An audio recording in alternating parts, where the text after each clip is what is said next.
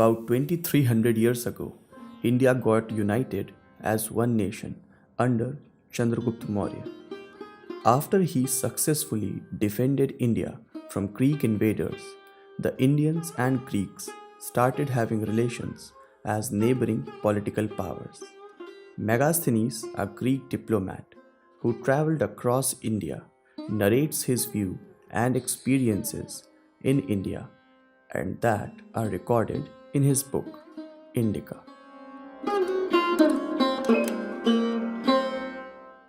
India, which is in shape quadrilateral, has its eastern as well as its western side bounded by the Great Sea, but on the northern side it is divided by Mount Hemodos. From that part of Scythia, which is inhabited by those Scythians who are called the Sakai, while the fourth or western side is bounded by the river called the Indus, which is perhaps the largest of all rivers in the world after Nile. The extent of the whole country from east to west is said to be 28,000 stadia and from north to south 32,000. Being thus of such vast extent, it seems well high to embrace the whole of the northern tropic zone of the earth, and in fact at the extreme point of India, the sundial may frequently be observed to cast no shadow, while the constellation of the Bear is by night invisible, and in the remotest parts, even Arcturus disappears from view. Consistently with this, it is also stated that shadows there fall to the southward. The inhabitants, in like manner, having abundant means of subsistence, exceed in consequence the ordinary stature and are distinguished by their proud bearing. They are also found to be well skilled in the arts, as might be expected of men who inhale pure air and drink the very finest water.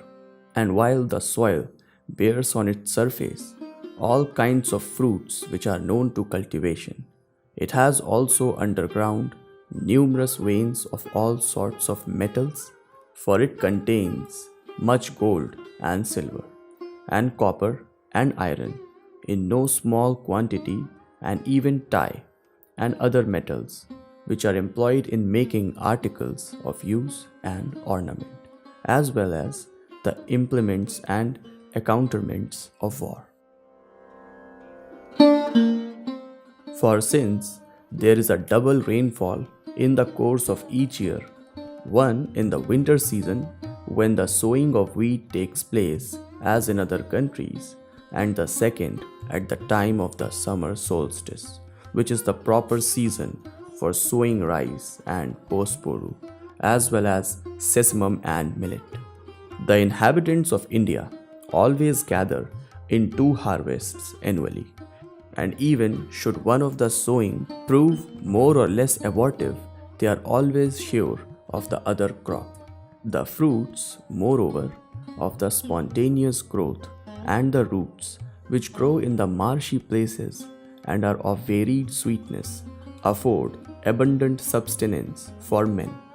The fact is, almost all the plants in the country have a moisture which is alike genial, whether it is derived from the rivers or the rains of the summer season period with surprising regularity, while the great heat which prevails dampens the roots which grown in the marshes, and especially those of the tall reed.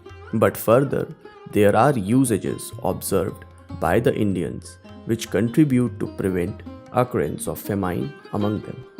For whereas among other nations it is usual in the contests of war to ravage the soil and thus to reduce it to an uncultivated waste, among the Indians, on the contrary, by whom husbandmen are regarded as a class that is sacred and inviolable, the tillers of the soil, even when battle is raging in their neighborhood, are undisturbed by any sense of danger, for the combatants on the either side in waging the conflict make carnage of each other, but allow those engaged in husbandry to remain quite unmolested. Besides, they neither ravage an enemy's land with fire nor cut down its trees. India again possesses many rivers, both large and navigable, which having their sources in the mountains which stretch along the northern frontier, traverse the level country, and not a few of these, after uniting with each other, fall into the river called Ganga. Now, this river, which at its source is 30 stadia broad, flows from north to south and empties its waters into the ocean, forming the eastern boundary of the Gangaridai. A nation which possesses a vast force of the largest sized elephants. Owing to this, their country has never been conquered by any foreign king, for all other nations dread the overwhelming number and strength of these animals.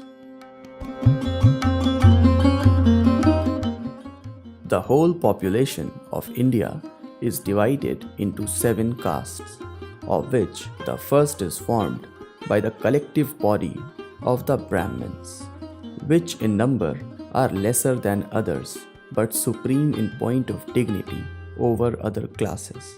For the philosophers, being exempted from all public duties, are neither the masters nor the servants of others. They are, however, engaged by private persons to offer the sacrifices due in lifetime and to celebrate the obsequies of the dead. For they, the Brahmins, believed to be most dear to the gods and to be most conversant with matters pertaining to Hades. In the requital of such services, they receive valuable gifts and privileges. To the people of India at large, they also render great benefits. When gathered together at the beginning of the year, they forewarn the assembled multitudes about droughts and wet weather, and also propitious winds and diseases, and other topics capable of profiting the hearers. Thus, the people and the sovereign, learning beforehand what is to happen, always make adequate provision against a coming deficiency and never fail to prepare beforehand what will help in a time of need. The second caste consists of husbandmen, who appear to be far more numerous than the others. Being moreover exempted from fighting and other public services, they devote the whole of their time to tillage. Or would an enemy coming upon a husbandman at work on his hand do him any harm? For men of this class, being regarded as public benefactors, are protected from all injury. The land thus remaining unravaged and producing heavy crops, supplies the inhabitants with all that is requisite to make life very enjoyable. The husbandmen themselves, with their wives and children, and no private person is permitted to own the land. Besides the land tribute, they pay into royal treasury a fourth part of the produce of the soil. The third caste consists of neothers and shepherds, and in general of all herdsmen who neither settle in town nor in villages but live in tents. By hunting and trapping, they clear the country of noxious birds and wild beasts. As they apply themselves eagerly and assiduously to this pursuit, they free India from the pests with which it abounds, all sorts of wild beasts and birds which devour the seeds sown by the husbandman. The fourth caste consists of the artisans. Of these, some are armorers, while others make the implements which husbandmen and others find useful in their different callings. This class is not only exempted from paying taxes, but even receives maintenance from the royal exchequers. It is well organized and equipped for war, holds the second place in pint of numbers, and gives itself up to idleness and amusement in the times of peace. The entire force, men at arms, war horses, war elephants, and all other maintained at the king's expense. The sixth caste consists of the overseers. It is their province to inquire into the superintendent, all that goes in India, and make reports to the king, or where there is not a king, to the magistrates. The seventh caste consists of the councillors and assessors, of those who liberate on public affairs. It is the smallest class, looking to number, but the most respected on account of the high character and wisdom of its members. For from their ranks and advisers of the king are taken, and the treasurers of the state, and the arbiters who settle disputes, the generals of the army also, and the chief magistrates usually belong to this class. The Indians all live frugally, especially when in camp. They dislike a great undisciplined multitude, and consequently they observed good order. Theft is of very rare occurrence. Megasthenes says that those who were in the camp of Chandragupta, wherein lay 400,000 men, found that the thefts reported on any one day did not exceed the value of 200 drachmae, and this among a people who have no written laws but are ignorant of writing, and must therefore in all the businesses of life trust to memory. They live, nevertheless, happily enough, being simple in their manners and frugal. They never drink wine except at sacrifices. Their beverage is a liquor composed from rice instead of barley, and their food is principally a rice pottage. The simplicity of their laws and their contracts is proved by the fact that they seldom go to law.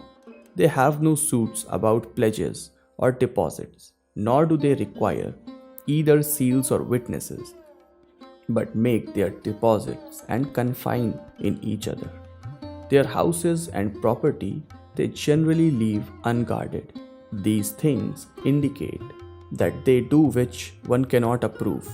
For instance, that they eat always alone, and that they have no fixed hours when meals are to be taken by all in common, but each one eats when he feels inclined. A contrary custom would be better for the ends of social and civil life. Their favorite mode of exercising the body is by friction, applied in various ways, but especially by passing smooth ebony rollers over the skin. Their tombs are plain, and the mounds raised over the dead lowly, in contrast to general simplicity of their style. They love finery and ornament.